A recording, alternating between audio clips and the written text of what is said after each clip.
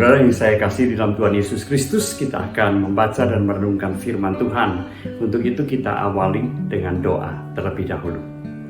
Bapa di dalam surga, kami akan membaca dan merenungkan firman-Mu. Kami memohon pertolongan dan pimpinan dari Tuhan sendiri. Di dalam Kristus kami berdoa. Amin. Bacaan firman Tuhan akan terambil dari Injil Lukas pasal yang ke-21 ayat 34 sampai dengan ayat yang ke-36. Saya bacakan demikian. Jagalah dirimu supaya hatimu jangan syarat oleh pesta pora dan kemabukan serta kepentingan-kepentingan duniawi. Dan supaya hari Tuhan jangan dengan tiba-tiba jatuh ke atas dirimu seperti suatu jerat. Sebab itu akan menimpa semua penduduk bumi ini. Berjaga-jagalah senantiasa sambil berdoa, supaya kamu beroleh kekuatan untuk luput dari semua yang akan terjadi itu. Dan supaya kamu tahan berdiri di hadapan Anak Manusia.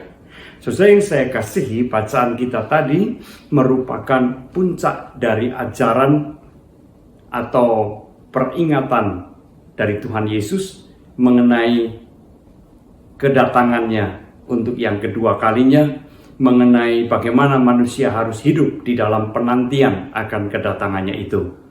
Nah, saudara yang saya kasihi, seringkali muncul spekulasi-spekulasi tentang kapan Tuhan Yesus akan kembali untuk datang yang kedua kalinya.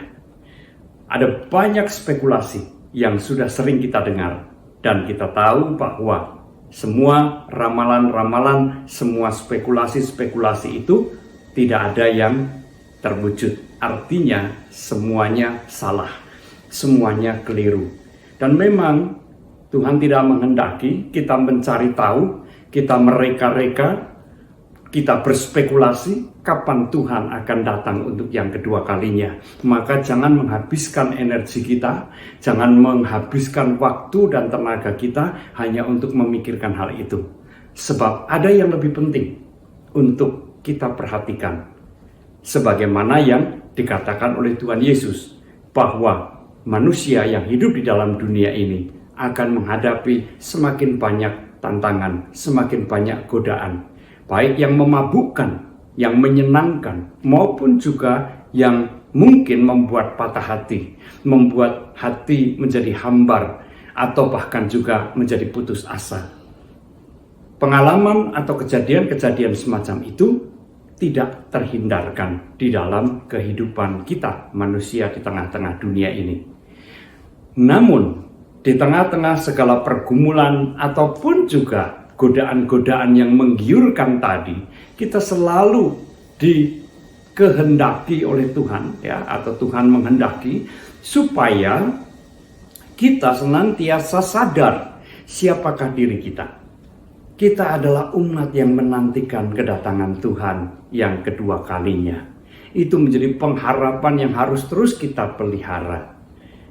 Dan supaya kita dapat menghadapi berbagai macam pergumulan itu, berbagai macam godaan yang menggiurkan itu, maka Tuhan Yesus menasihatkan berjaga-jagalah dan berdoalah.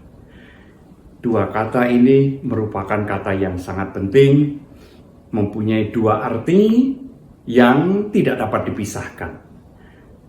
Boleh dikatakan bahwa yang dimaksudkan oleh Tuhan Yesus dengan berjaga-jagalah dan berdoalah itu adalah bagaimana kita harus membangun kehidupan moral yang baik dan kehidupan spiritual yang baik.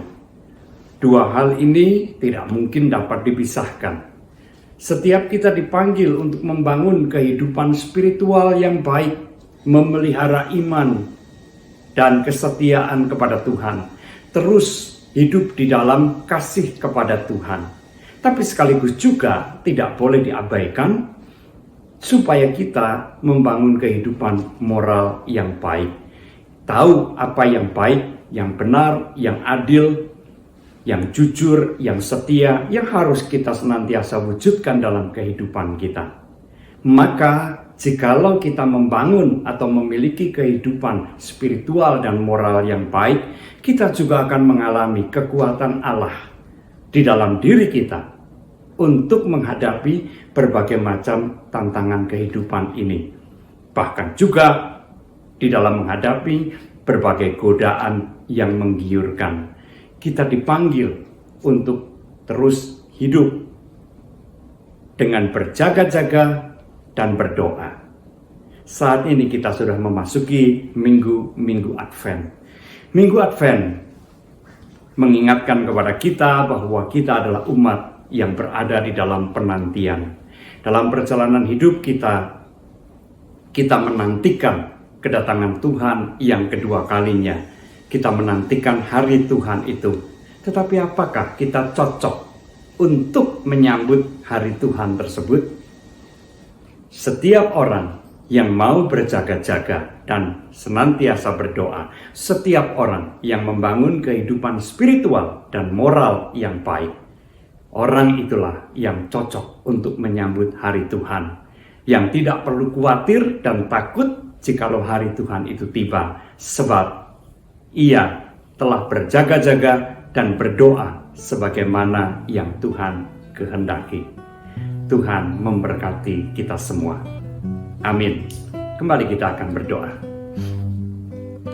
Bapa di surga, kami mengucap syukur dan terima kasih karena Engkau kembali mengingatkan kami bahwa kami adalah umat yang di dalam perjalanan hidup ini menantikan akan kedatangan-Mu. Ajarkan kami untuk menantikan dengan benar sebagaimana yang Tuhan kehendaki. Ajarkan kami dalam hidup ini memiliki kehidupan moral yang baik, kehidupan spiritual yang baik, supaya dengan demikian kami boleh cocok untuk menyambut kedatangan hari Tuhan itu. Terima kasih Bapa, di dalam Kristus kami berdoa. Amin.